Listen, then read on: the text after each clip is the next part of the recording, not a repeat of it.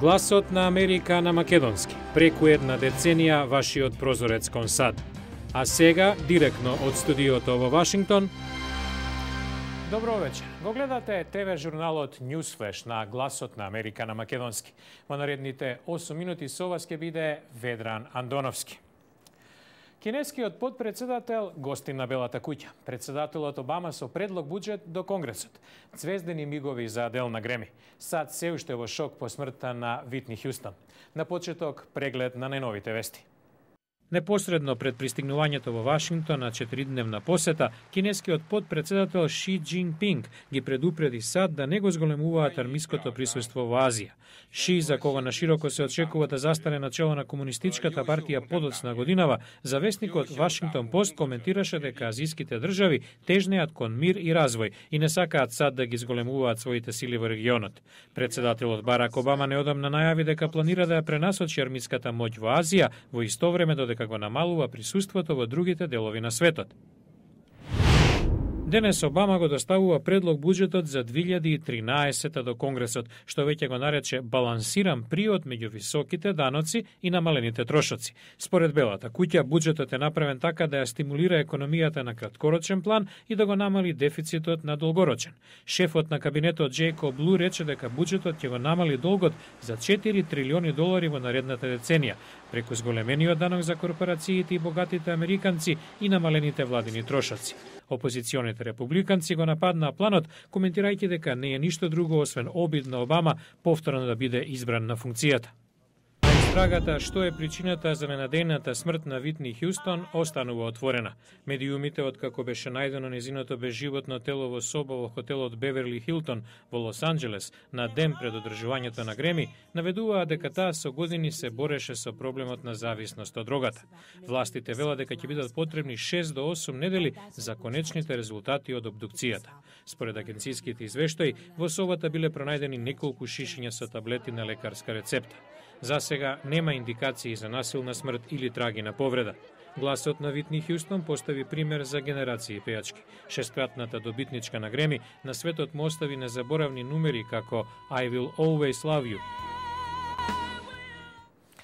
А во продолжение на Newsflash, здравјето на прво место.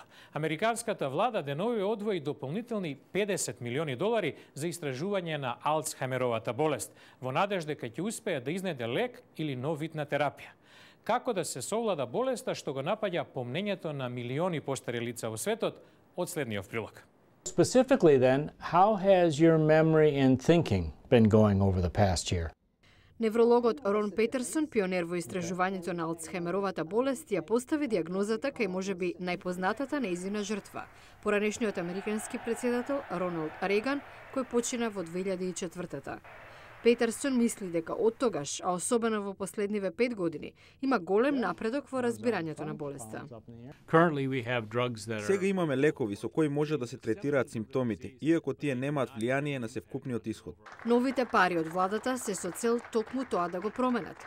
Според Франсис Колинс, директорот на Националниот институт за здравје, САД се досега најблиску до наоѓање на лек. Започнавме да разбираме што се случува со мозочните клетки и како болеста се шири од една на друга. Тоа ни овозможи да поставиме терапија што задира во јадрото на проблемот. Оптимист е и Гај Акин од Американската фондација за здравствена помош, што финансира истражувања за дегенеративни болести врзани со старењето. Ќе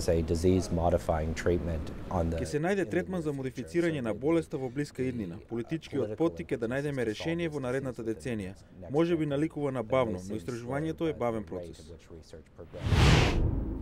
Напоредно со пролетната недела на модата, што започна на 9 февруари, група манекенки од Њујорк започна со иницијатива за заштита на нивните права на работното место и против експлоатацијата и сексуалната злоупотреба.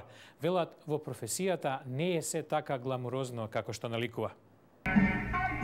Сара Зив станала манекенка на 14 години. Кога наполнила 21, нејзиниот лик го преплавил Манхетен на рекламите за познати модни куќи. Но таа предупредува, професијата има и грда страна. И покрај гламурозната фасада на индустријата, реалноста може да биде се, само тоа не.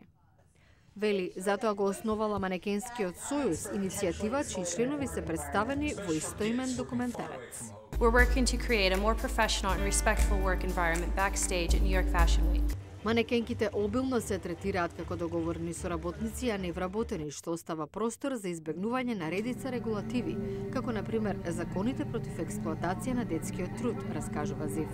Манекенките често започнуваат како тинејџери, одвоени од семејството па и родната земја. Зив додава дека работат прекувремено, а понекогаш наместо пари добиваат облека како на доместок. Не заработуваат многу, така што постојано им должат на манекенските агенции. Манекенскиот сојуз наведува дека постои сексуална злоупотреба. Вносните кариери на супер манекенките како Джизел или Кейт Мос не ја отсликуваат реалноста на повеќето манекенки кои се најчесто млади од Источна Европа, Бразил. Него владеат добро англискиот јазик и ранливи се. Агенцијата Мерилин, која застапува Зив, го поддржува Манекенскиот сојуз, а председателката на Сдруженијето на модни дизајнери на Америка, Даев фон Фурстенберг, се залага старосната граница за професијата да биде барем 16 години. Според фон Фурстенберг, голем дел од агенциите ветиле дека нема да користат манекенки помлади од тоа, но Гласот на Америка не доби одговор од повеќе агенции на барањето за детален коментар по ова прашање. А утре во Newsflash, чоколадото секогаш бележи добра продажба за денот на влюбените. Што велат нутриционистите за врската меѓу ова задоволство и срцето? Утре во Newsflash, љубов, ама и здравје, зошто јагодите прелиени со чоколадо се рајски спој. За ова во утрешната емисија. Тоа е се за оваа емисија. Го гледавте Newsflash на Гласот на Америка на македонски. Со вас беше Ведран Андоновски. За повеќе содржини појдете на нашата интернет страница glasnaamerika.com, а побарајте ни на Facebook. До гледање до утре.